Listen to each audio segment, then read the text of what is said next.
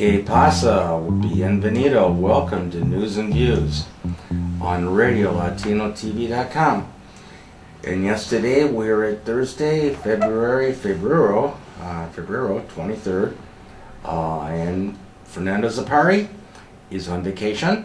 And today we have News and Views. Me llamo Daniel Jehl, and I am joined here with Tim Zink, who has been doing News and Views all week long here on RadioLatinoTV.com, and our technician, Raul. Now today we have another special show. We try to do something different to make it this interesting to people. At 12:30 we will have a representative, Moises Castillo, from the United Hispanic Americans of representing Northeast Indiana, as a guest. So we really don't have much time here to talk about a whole mucho topicos, many of them.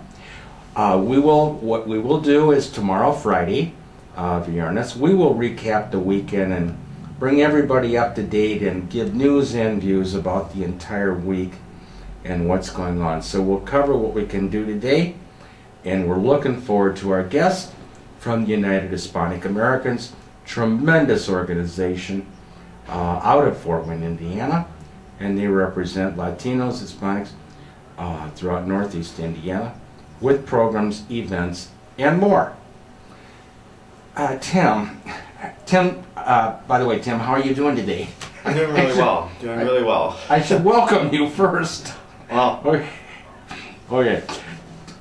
Well, what? I'm doing really well. I've been working hard trying to get that. We finally got the John McGauley. Okay, Tim, I need to interrupt. I've already heard today 2 or 3 people mention News and Views on Facebook.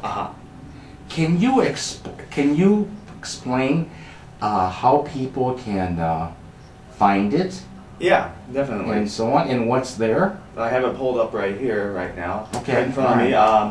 You go to Facebook.com. If you have an account, you can follow News and Views with Daniel Jehl.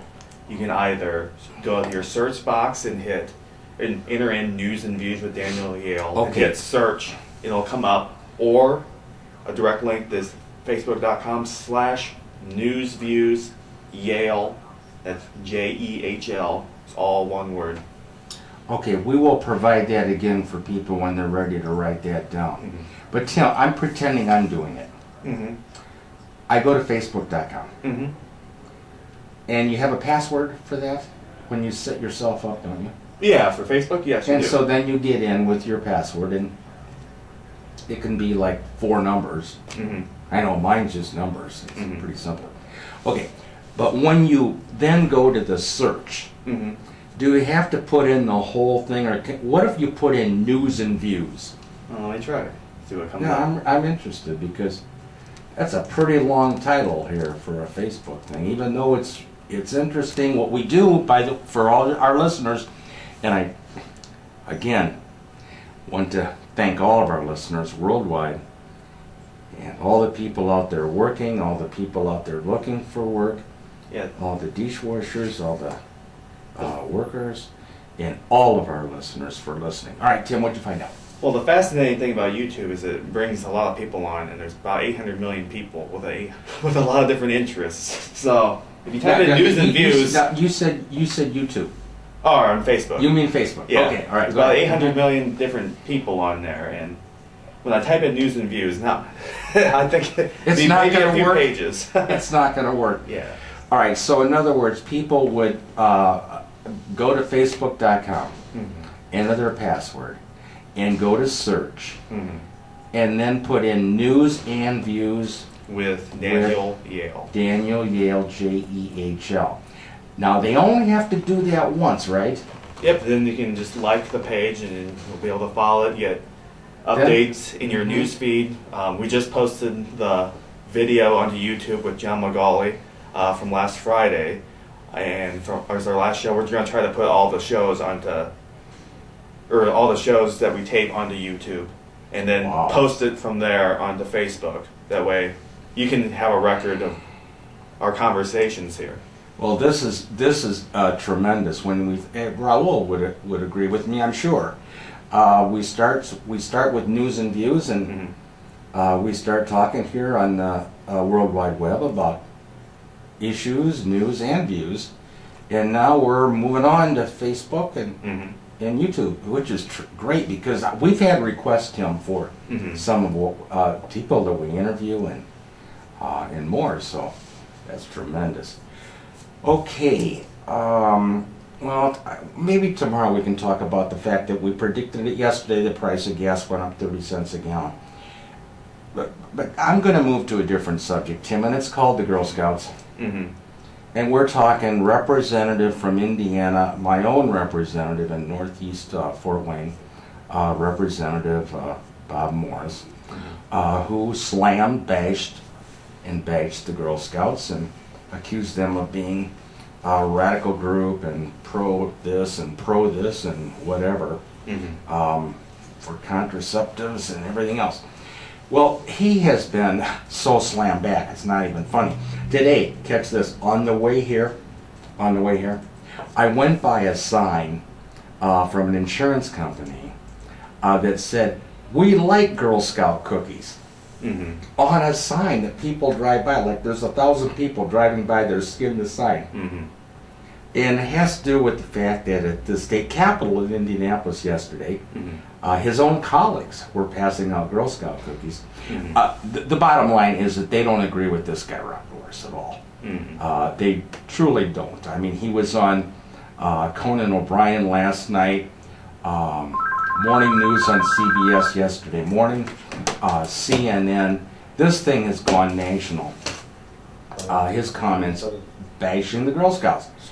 Well, everybody likes the Girl Scouts, and so people are rightfully so coming back at them. What's your spin on this, Tim, in terms of, like, people have asked me, one person said to me, this makes me want to run for public office, to basically get rid of somebody like that. Well, what's his scenario here in terms of looking ahead as a elected leader? I think as far as just the overall picture, I have faith in the democratic system. He is what he is, and he hasn't retracted his comments. He That's is right. He is an evangelical, far right Christian, and if people don't want that kind of person to be the representative in the fall, they'll vote them out. And there really isn't any legal challenges you can have against them, except it's not professional to make unsubstantiated claims to your colleagues in a letter. And it was a letter, and it became public information. But you said in the fall, the reason for that, Tim, we have a primary in May in Indiana. He has no opponent, correct? So the next opportunity, he does have an opponent, Lee Jordan, in November, in the fall election. So if people want to replace him in the democratic process, the next opportunity to do that would really be the November election. All right, that's what we're talking about here. He has received no support. Steve Shine, who is the Republican chair for Allen County, said it will be, and I quote, a blemish, but he's a good representative. Well, I want to say right now, this is news and views. I don't consider him a good representative. He's my representative, and I do not. And I'm sure on other issues we would agree, but not on this one, and not on his poor judgment, lack of research. He did not research the issue at all. He went off some web-based research that was like, today Frank Gray in the Journal Gazette said he should get rid of his computer. That's how bad that was. So I really don't consider him a true political leader. Although I understand Steve Shine saying it's just a blemish, it'll blow over, but it's not blowing over yet. I actually spent just a little time last night.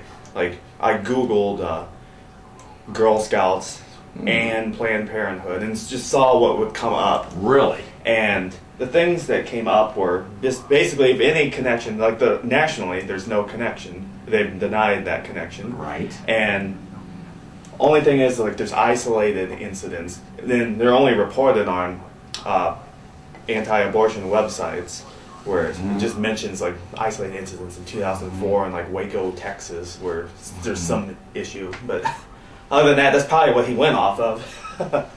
Well, probably so. I mean, Frank Gray is a very respected journalist in Fort Wayne, Indiana, for the Journal-Gazette, and said best advice is to him would be take away the computer from him. Yesterday in the Journal-Gazette, again, Fort Wayne, Indiana paper, made in Fort Wayne, there was an editorial about this, and it ended with the cleverest thing one of the cleverest things I've seen. It was the advice the Journal-Gazette gave to Representative Bob Morris was to open mouth and insert Girl Scout cookie instead of talking about things you don't mean. You know what they meant by that. So we are getting all sorts of Fort Wayne in the news again, publicity over this, and go Girl Scouts. By the way, speaking of that, we will have some more discussion about this tomorrow, along with other topics. But I think we're about ready for our guests. I don't know where we're at here. By the way, for all the people out there wondering where Fernando Zapari is, he is on vacation. And tomorrow, Tim and I and Raul will do news and views. And Monday, Fernando will be back, media dia at noon, on Monday, February the 27th. February 27th, Monday. Fernando Zapari will be back. We hope he's enjoying his vacation. And so, we are going to talk about one more thing and then move on to our guest.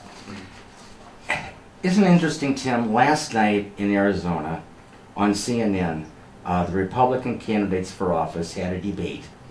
And in one day, now this is hard to believe, in one day a new poll comes out showing that Rick Santorum from Pennsylvania, it's now only a 1 percentage point difference over ex-governor Mitt Romney after the debate.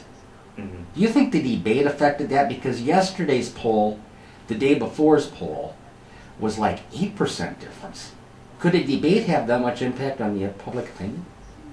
It could. It just depends. You could have both polls from the same day, where it'd be quite different if it's from different sources. Was it the same poll? Like the same It research? was not. No, it was not. Because we reported earlier, we normally go with the New York Times CBS poll, and I believe Wall Street Journal poll. We go with those. I don't know what poll this one is. But I think what we should do now is publicize an event this afternoon and then get all set up for our guest. And we're looking forward to this. We're going to hear about the United Hispanic Americans, and we are going to talk about some programs that they have, benefit to people. And one of them, by the way, is Girl Scouts. And it's all good. This afternoon at IPFW, we mentioned this a couple times yesterday, at IPFW, the Consul from Canada will be at IPFW at the Wall Memorial Union at 2:30. And it's really easy to get there because you park in the parking ramp and you can now walk there. In case it's raining, you don't even get wet. Just walk straight over to it. So this is free, it's open to the public, and we hope you can be there. And if all goes well, we will have some pictorials on this in the newspaper, and they'll make counter news in the next edition, which is already coming up in a week.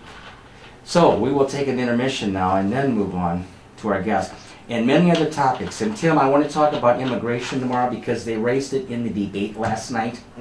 It was really good something we need to talk about here, but we really don't have enough time right now.